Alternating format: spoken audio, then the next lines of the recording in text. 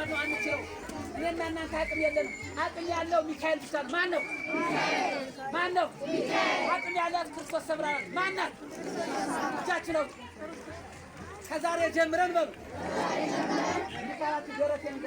ከዛሬ ጀምረን መስቀሉን መሸከም ብቻ ሳይሆን መስቀሉን ተሸክመን መከራውን በመቀበል መልካም ዛፍ መልካም ፍሬ እንደሚያፈራ ሁሉ እኛም መልካም ፍሬ እያፈራን በመልካምነት በበጎነት ጸንተን ለመኖር በኃያሉ መልአክ በቅዱስ ሚካኤል ስም ቃል ኪዳን እንገባለን።